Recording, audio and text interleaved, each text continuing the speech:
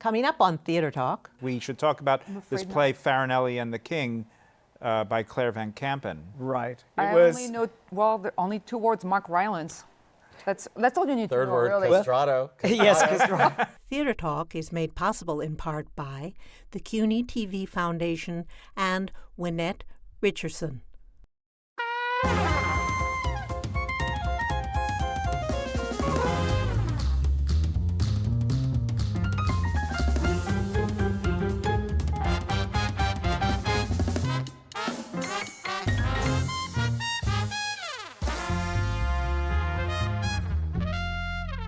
From New York City, this is Theater Talk. I'm Susan Haskins-Doloff and I'm Jesse Green. Of the New York Times. Indeed.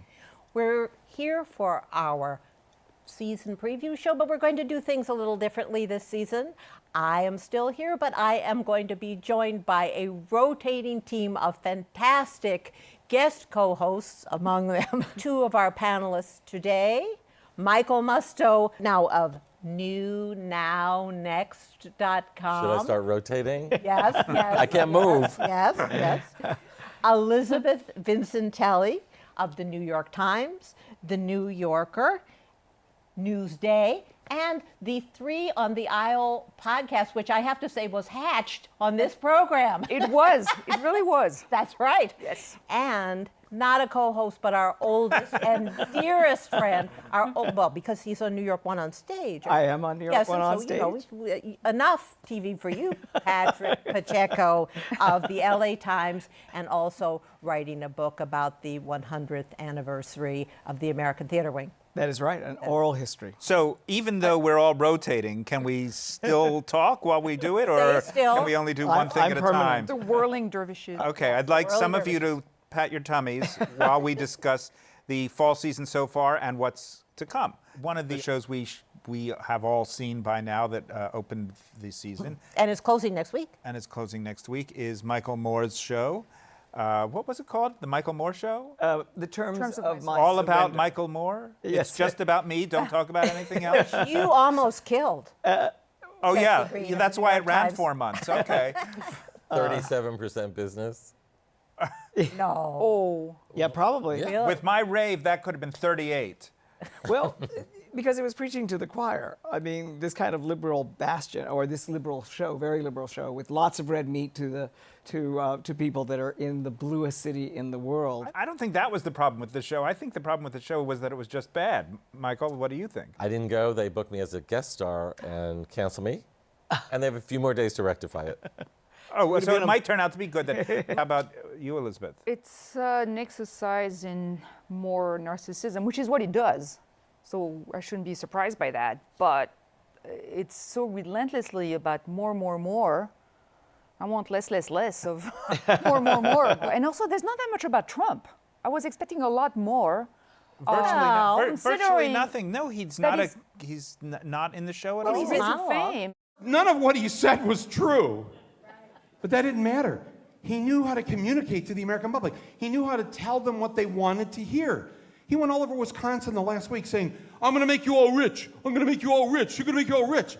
Well, geez, who wouldn't like to hear that, right? Mostly he's interested in telling old stories that he has told before that feature written about in his himself books. as, a starring figure in the resolution of this issue or that issue. Listen, when Michael Moore's takeaway from 9/11 is that his book was almost canceled, that's your takeaway from that? Okay, fine. There's really nothing you can say about someone like that. I guess I'm so in the tank with the Michael Moore calling that Trump was going to win that I was cutting him off. Well, I think a lot of people are in the tank with the general political side of the spectrum that he's reflecting, but a lot of stuff has come at us recently since the Trump election, trying to deal with what's happening, and it's understandable. Artists want to use their skills to address this, but that doesn't mean they're able to do it well, and most of what we've seen, I don't know if you all agree, has not been particularly inspiring, even of anger. Lost opportunities. Yeah, another show that we've all seen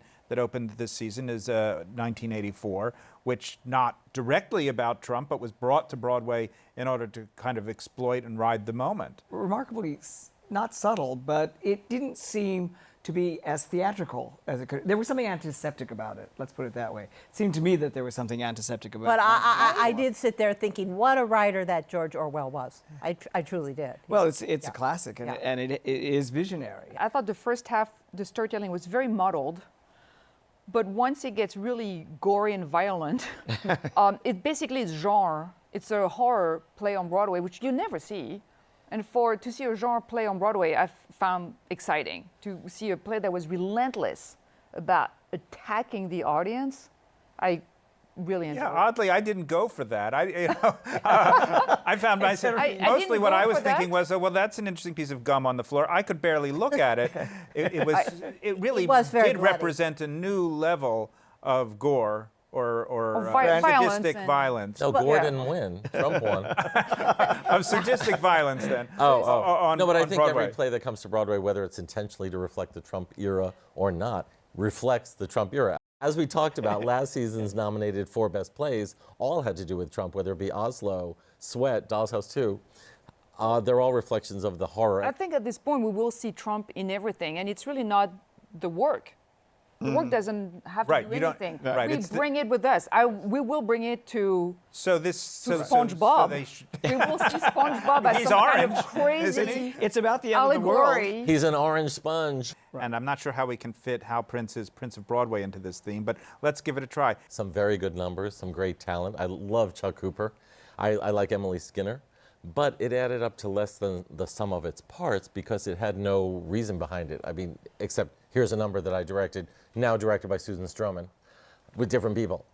And there was no insight except for part of success is luck, and I've worked with great people, things on the level of that. Right. Well, Right. but since he's such an important historical figure of Broadway, I think that they just felt it was time. He's been trying to get this show running a long time. It was time to give him his due, and they did. And And it was enjoyable, but it probably should come with shuffleboard.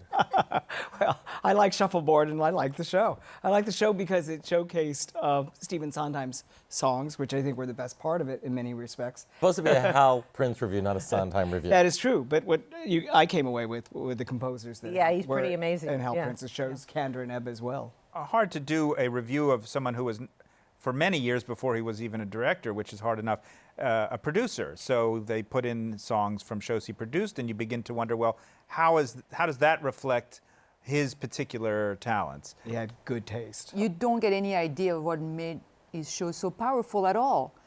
You can just go down a few blocks and see Phantom of the Opera, which is still playing now and forever, which I love. I love Phantom, but when you see those numbers from Phantom in Prince of Broadway, they look so dinky and cheap, which is not at all what the show is like. So making a tribute to a director like Hal Prince in these little out of context Reese's Pieces doesn't work at all. A tribute to Hal Prince should last 25 hours, cost $1 gazillion. That's how it should be. And then you see the entire show. it did have some fabulous performers. You said Chuck Cooper, who was Tevye. It's amazing to Yeah, be able that to they see do- Chuck Cooper yeah. do something from Fiddler on the Roof. All day long I'd pretty boo if I were a wealthy man. Just for that, I'm very happy I saw that Prince of Broadway. It's also going to be one of our few tastes of musical theater this fall.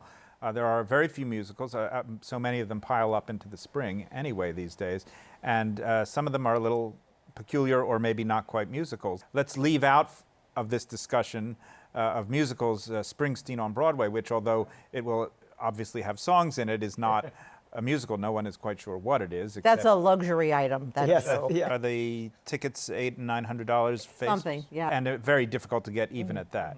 But in terms of traditional-ish musicals, we have The Band's Visit, Right. which all of us saw last year off Broadway, I think. And we have SpongeBob SquarePants. Very excited about that. Well, they tried out in Chicago and got very good reviews. It's sort of coming in with a little bit of critical approval. What is the organizing principle of it? Well, I mean, I think it's sort of an end of times. They live in Bikini Bottom. It's not set in Fire Island. Well, it's based on the hit Yeah. cartoon, Yeah. which is something adults can enjoy because it's pretty witty. It's silly but witty. It's Yeah, about a right? sponge. Yeah, there are a lot of sponges on Broadway, but this one is special. And there's a character named Squidward who I always found like a Paul Lynde kind of gay starfish or whatever he is. And it's all done as a show within a show, because there's Patchy the pirate, who's the #1 fan. I've done my research. The #1 fan of SpongeBob, who's there to see a show. So you're seeing a show within a show. And yet, the score is not a traditional Broadway score in the sense of being written for this. It's a collection of pop songs that were a few of them are new, but most of them are not. By Sarah Bareilles, Aerosmith, I believe, is some of them. A David Bowie Some song of them as well. were written for the show, but others not. So it's a bit of a mix. But by many different. But by many different. If they so could get it's, Sarah to come in and play the crab, they've got it made. They've released an album, which I'm told, I just got it in the mail yesterday, but our ace producer, Myra Wong, listened to it. She says it's very zippy and compelling. It is. I listened to it before coming here. Thank It's still in my Thank head. you, Patrick. You I did your think homework. in terms of the, let's say, family-friendly show, a lot of the attention is going to be on Harry Potter and Frozen later this season, but I think this could be the dark horse in terms of having a little bit of a subversive, fun attitude. I kind of think of it, I expect it to be a little bit of mix of a Simpsons subversive Pee Wee Herman-esque fiesta. And I think a show like that where you can really just have fun and throw caution and any sense of...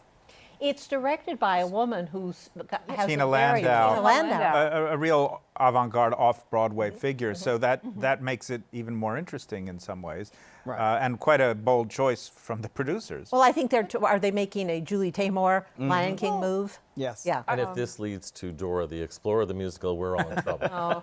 But the other musical sort of in the same slot is Once on This Island, which is a revival, family appropriate, and by the authors of Ragtime, the composer and lyricist of Ragtime. What do we hear I about always this found production? It was a very slight show. I was not enraptured of the original as everybody else was. Right. It starred LaChanze, who's now going to play Donna Summer in a jukebox show.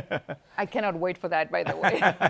I'm starting to worry about you. But it's again a story within a story, a show within a show. It's a little girl is crying from the thunderstorm or something, and the storytellers of the village in the Antilles are telling her the story of Timoon, this young girl and her romantic exploits. It's like Little Mermaid, actually. Yes, it's because similar it's a in- combination of Romeo and Juliet and Little Mermaid, directed by Michael Arden, who directed the last revival of Spring Awakening, and it is starring Lea Salonga. It's a very unusually diverse cast, not just racially, which is beginning to be, thank God, kind of familiar now on Broadway, but in terms of types and ages and all sorts of things. And parts that were originally played by men are played by women or vice versa. And one of the big songs from the show is sung by Alex Newell in this new production, who you may remember, all of you who watched Glee. Anybody here? No, but I love Alex Never. Newell. He's my favorite disco diva. Right. so Modern disco diva. He's fantastic. I saw a preview of this without costumes down at the Judson Gym. It has a wonderful score by Aronson Flaherty, as you know. It's very moving and lovely. I did find myself wondering, everyone has to be a person of color because the story requires that.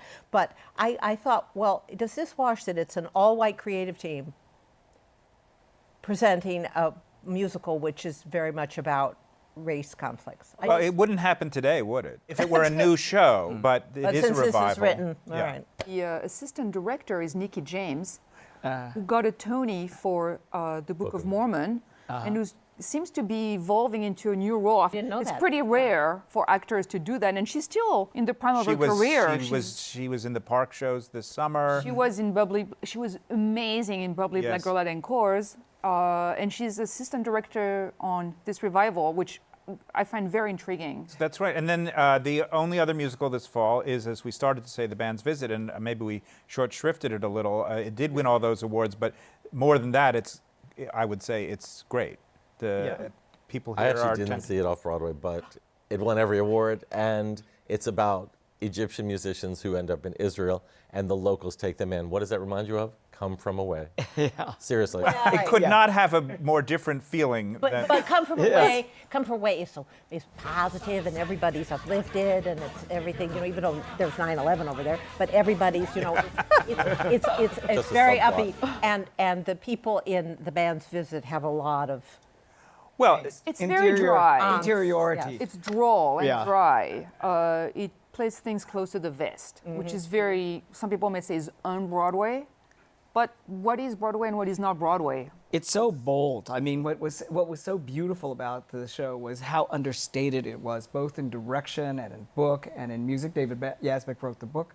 Oh, David- Score. music. I'm sorry, wrote the score. Itamar Excuse me. Moses wrote the book. Itamar Moses. and the director is David Cromer, right? And the director is, and it's comfortable with silences that carry through. And then, these numbers are beautiful. It's kind of melancholy also. Yes, totally.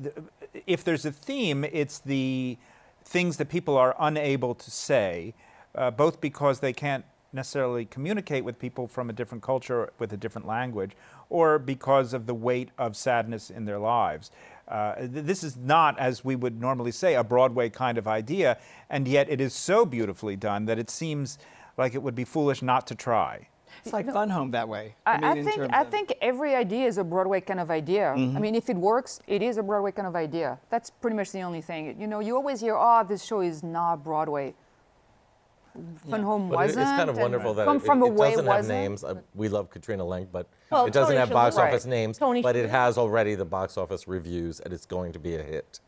And it's Is going it? to be, Is it? I That's think what so. I It's going to just be the wondered- success to esteem as It'll be well success as to steam, yeah. our audiences will like it as well. But there seems to be room for one of those I hope Right. each year, and maybe this year it'll be that one. But I want to say again, just in case Tony Shalhoub is watching, he's a star. I didn't mean to.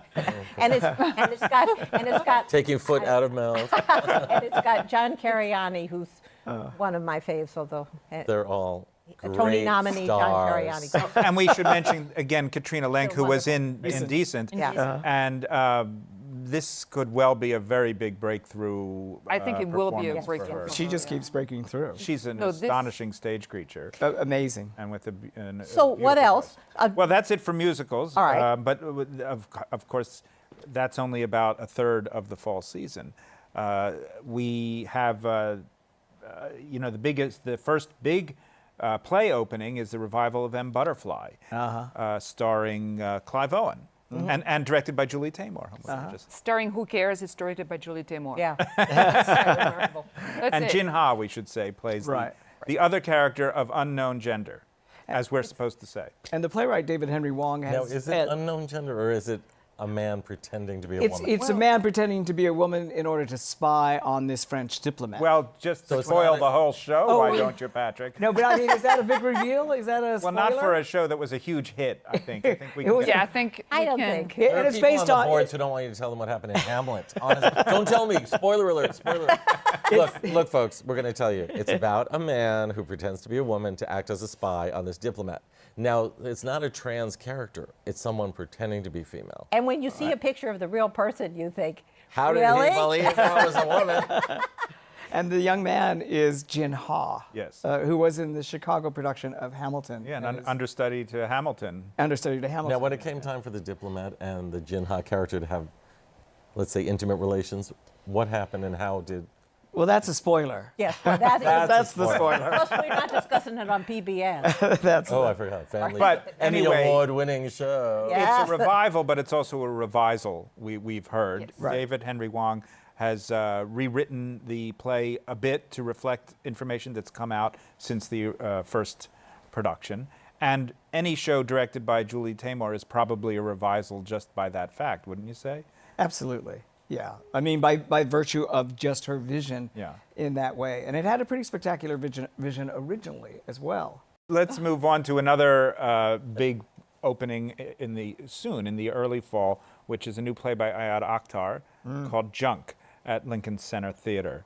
It's a It's play been about 80s greed and machinations of banks taking over corporations. It's basically Michael Milken. Right. The character's even called like Robert I Merkin. thought you were going to say or Michael something. Moore. Right. Robert Herka.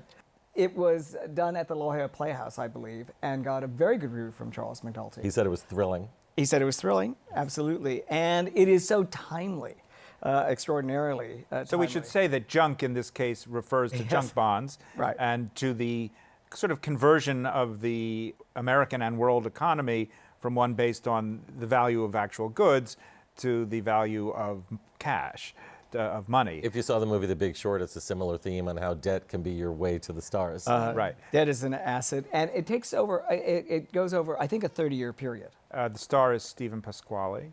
Who's perfect for it. And they keep using the word Shakespearean in talking about it for reasons that, Who keeps using the term? well, critics and the marketing people. I'm Oh, not sure. well. I'm not sure what that means in the case, but it is a large cast play, the kind of thing that nowadays, if Lincoln Center Theater isn't doing it, you're unlikely to see.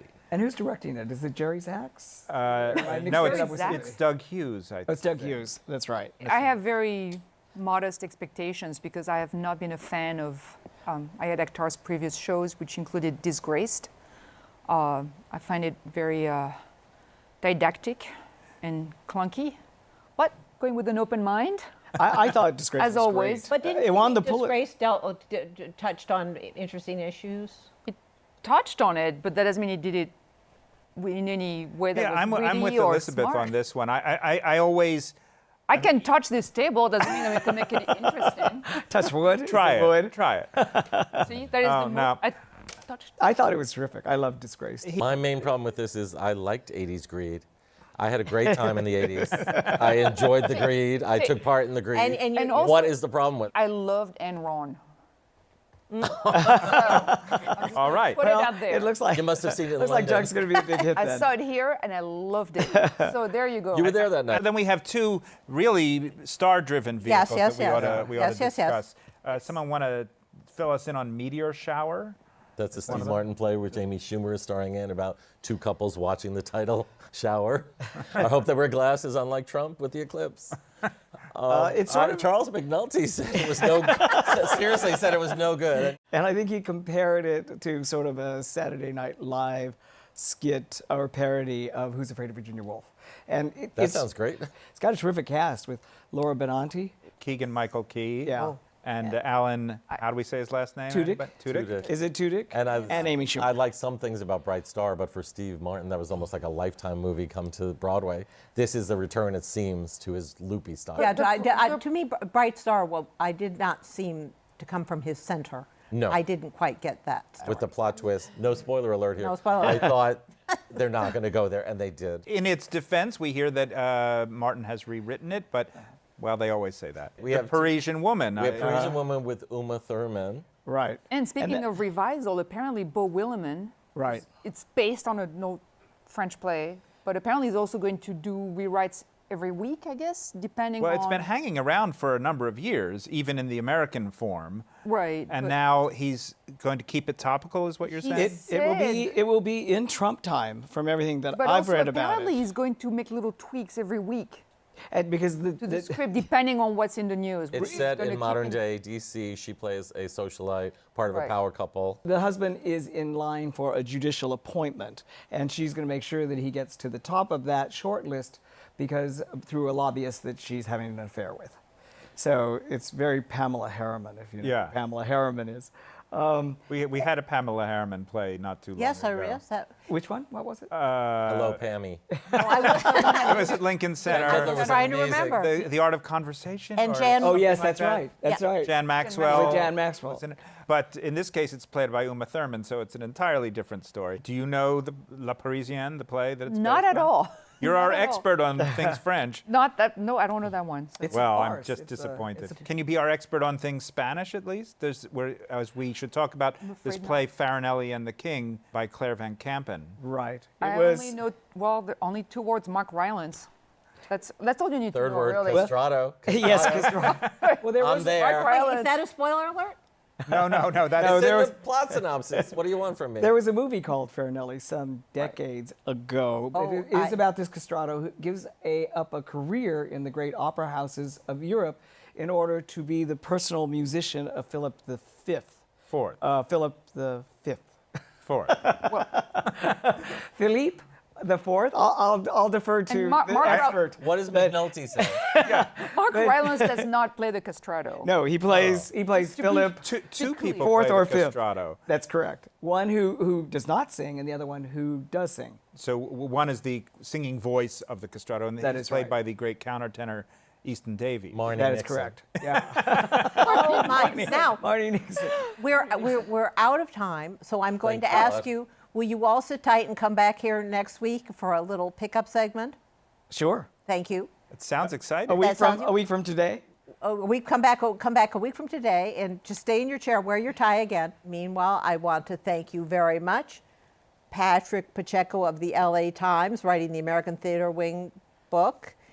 Michael Musto, newNowNext.com. Say it 5 times fast. Say Elisabeth Vincentelli, who writes for every major publication and also has a podcast, 3 on the Aisle, which is a spin-off of Theater Talk.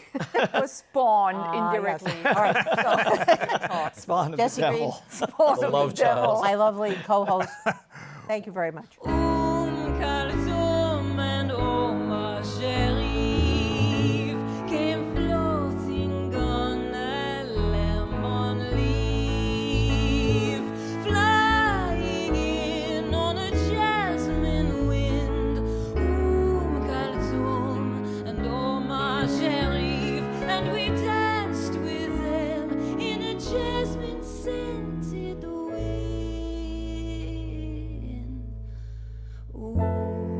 Calzone and oh ma chérie. Our thanks to the Friends of Theater Talk for their significant contribution to this production. Theater Talk is made possible in part by the Frederick Lowe Foundation, the Corey and Bob Dinelli Charitable Fund, the Noel Coward Foundation, Carrie J. Fries, the Dorothy Strelson Foundation, and the New York City Department of Cultural Affairs. We welcome your questions or comments for Theater Talk. Thank you,